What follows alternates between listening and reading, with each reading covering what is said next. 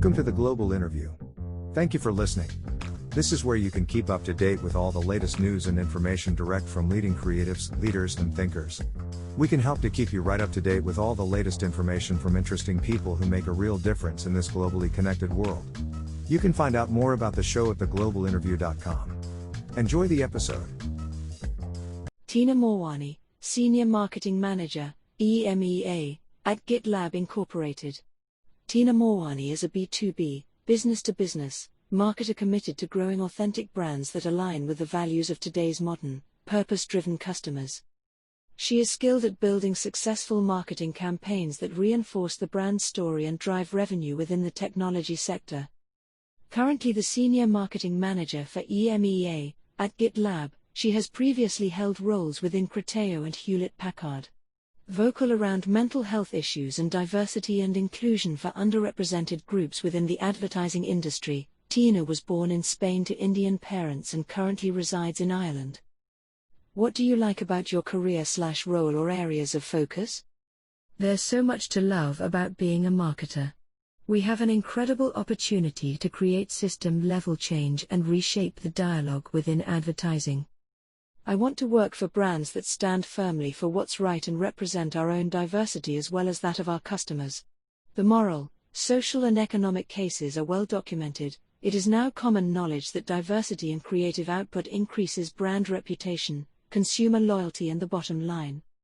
To our everyday consumers, this is not just a brand's purpose or corporate social responsibility, it is a way for them to see the reality of their experiences acknowledged and validated.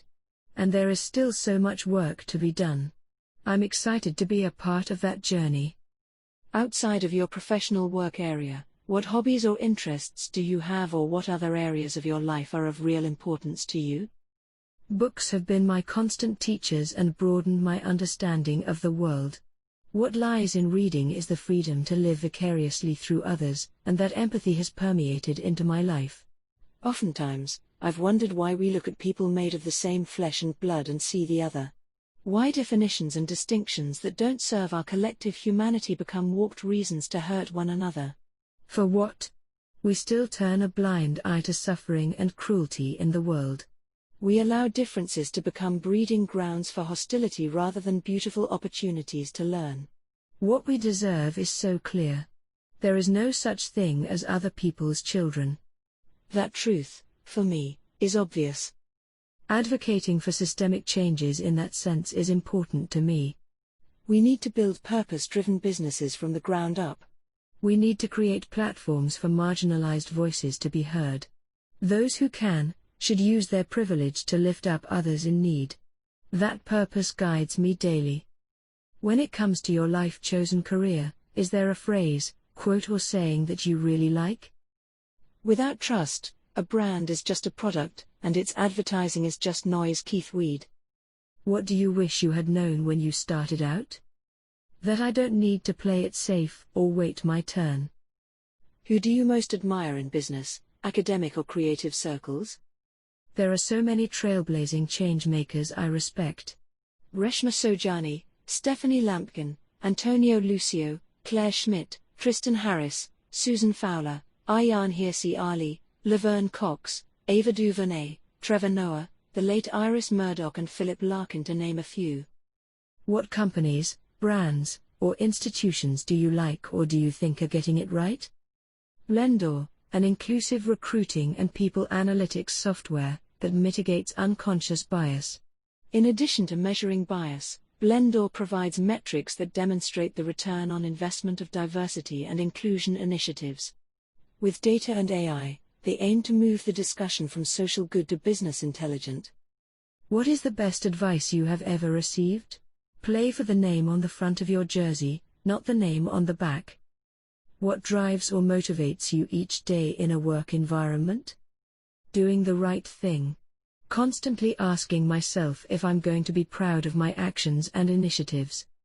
It all comes down to having a workplace with equal representation of all races and ethnicities, sexual orientations and gender identities, abilities, spiritualities, generations and cultures, with equal voices, equal roles, equal pay and equal respect. The blocker is pervasive bias. Bias limits equality. If I can leave a legacy behind that encourages more individuals and brands to put their money where their mouth is, I will retire happy. What are your thoughts on the future of social media? Social media has built communities in an unprecedented way, but it's also given rise to cyberbullying, misinformation, manipulation at scale, addiction, isolation, polarization, algorithmic bias, depression and body image insecurities. An indictment of the current business model driving these platforms, and enforced regulations on artificiality, data, privacy and targeting are paramount for restoring broken trust.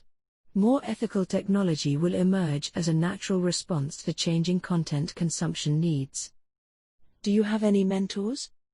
Two incredible mentors in my life were people who championed my intellect and empathy and taught me how valuable those qualities were.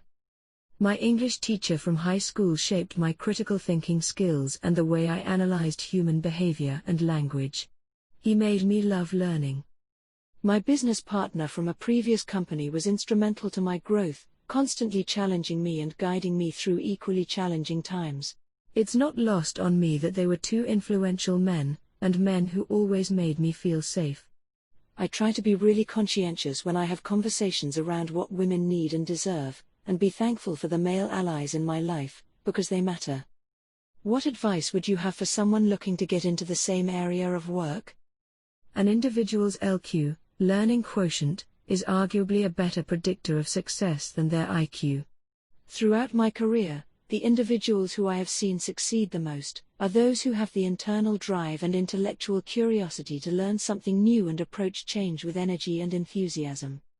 Any up-and-coming marketer should be conscious of that, and take a couple of things into consideration. They need to be an empathetic business leader, be adept at embracing creative, disruptive thinking and connecting disparate things in new ways for their internal and external audiences. What do you feel is the most common reason for people failing or giving up? Paying heed to other people's opinions. It interferes with one's courage. What skills do you feel have helped you to become successful? A fierce desire to learn, and do better than the day before. How do you define success, and what lessons have you learned so far that you could share with our audience? For me, success lies in living my purpose, having a positive impact on the lives of people by encouraging them to think and act in ways they may not have considered before. Decisions, at the end of the day, are made from two places: fear or love. If you do the work to understand where your choices come from, make sure they always come from love. Thank you for listening to this interview on The Global Interview. You can join the Global Interview newsletter at theglobalinterview.com. Thank you for listening to this episode from The Global Interview. We appreciate your support. If you would like to find out more, please visit theglobalinterview.com.